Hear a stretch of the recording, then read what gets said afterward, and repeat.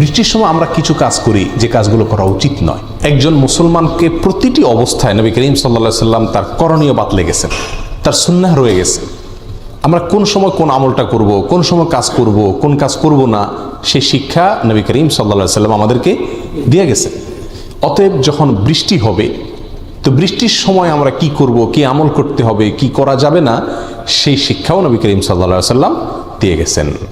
অতএব বৃষ্টির সময়কার নবী আলাইহিস সালামের যে সমস্ত আমল ছিল, যে সমস্ত আমল তিনি শিখিয়ে গেছেন, করে গেছেন, সেরকম 6টি আমলের কথা আমরা আজকে শুনব। সর্বপ্রথম আমল হলো বৃষ্টি হলে আল্লাহ সুবহানাহু ওয়া তাআলার কাছে একটি বিশেষ দোয়া পাঠ করা। বৃষ্টি হলে আল্লাহ সুবহানাহু ওয়া তাআলার কাছে একটা বিশেষ দোয়া পাঠ করা, সেটি হলো আল্লাহুম্মা সাইয়্যিবান নাফিআ। সহিহ বুখারীর হাদিসে আসছে নবী করিম সাল্লাল্লাহু আলাইহি সাল্লাম এই দোয়া পড়তেন বৃষ্টি যখন হতো তখন, আল্লাহুম্মা সাইয়্যিবান নাফিআ।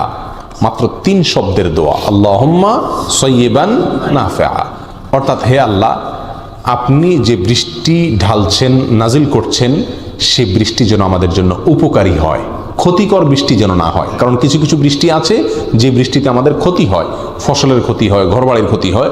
তো আল্লাহ, আমরা আপনার কাছে উপকারী বৃষ্টি চাই। বৃষ্টি হলে এক